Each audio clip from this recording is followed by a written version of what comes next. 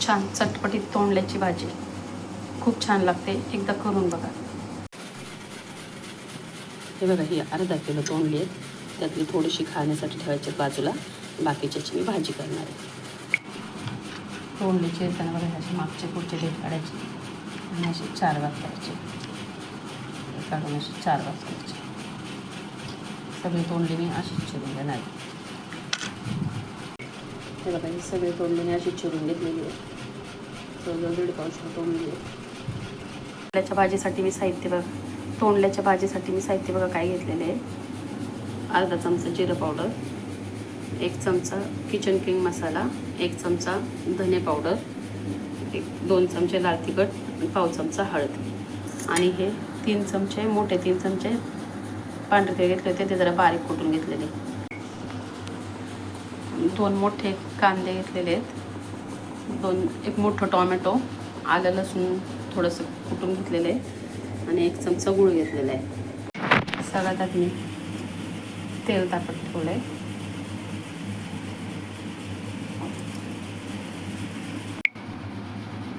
तेल तापलं की त्यात मोहरी टाकूया. मोहरी तडतडली, कांदा टाकूया.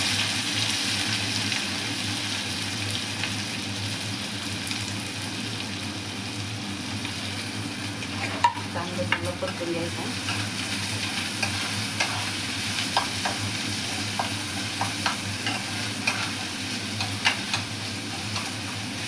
कांदा बारीक करून घ्यायचा म्हणजे मग चांगला लागतो.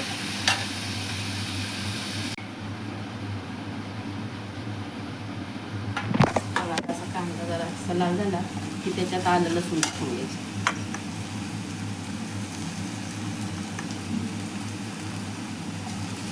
ते थोडं परतून घ्यायचं. आलं लसूण टाकून झालं टोमॅटो टाकायचं.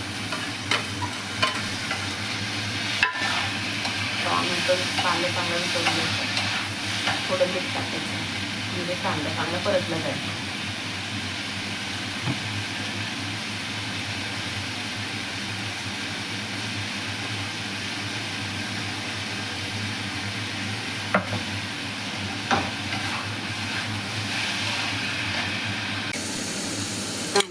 परतत आला की बघा, हे लाल तिखट, धने पावडर, जिरे पावडर, किचन किंग मसाला, थोडा हिंग आणि हळद, हे सगळे मसाले ह्याच्यात टाकून द्यायचे. चांगले परतून घ्यायचे. थोडंसं पाणी टाकायचं आणि परतून घ्यायचे.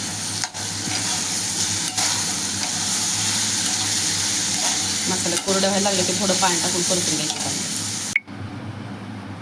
मसाले बघा थोडे कोरडे वाटतात, थोडंसं पाणी टाकून परतून घ्यायचे.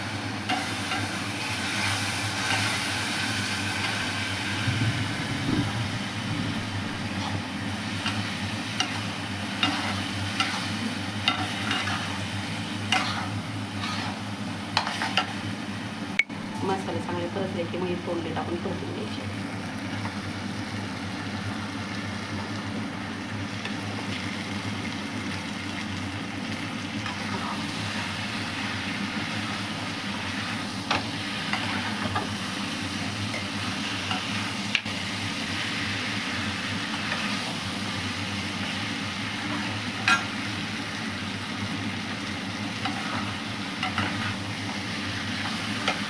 मीठ टाकायचं. मग टाकलं होतं थोडं, त्यामुळे थोडं अंदाजाने मीठ टाकायचं.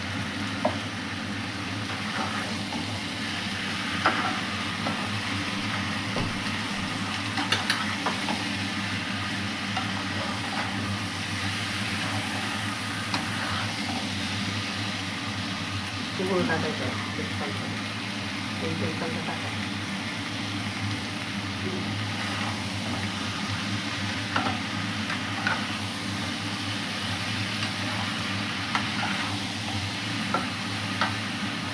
परत पाणी टाकायचं, भरपूर पाणी टाकायचं. तेलाला टाका म्हणजे शिजेल लागेल.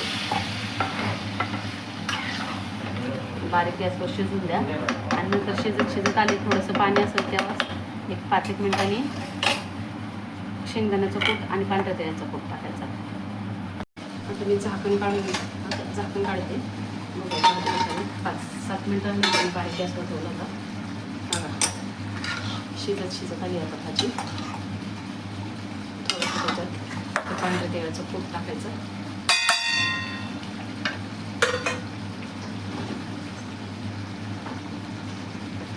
थोडं शेंगदाण्याचं कूट टाकायचं.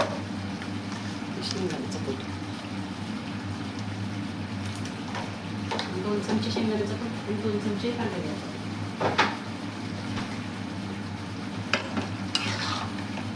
परत बारीक गॅसवर पूर्ण पाणी आटेपर्यंत शिजून द्यायची आणि मग नंतर वरून कोथिंबीर टाकायची.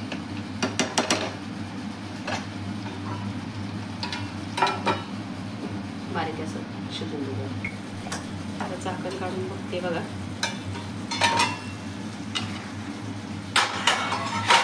पाणी पूर्ण आटलेलं आहे. थोडंसं एवढं पाहिजेच ओली ओली भाजी, नाही तर एकदम सुकी कशी करून घालायला. नंतर वरून कोथिंबीर टाकायची.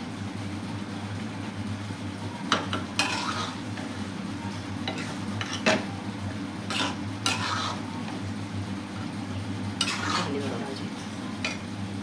आता गॅस बंद करायचा.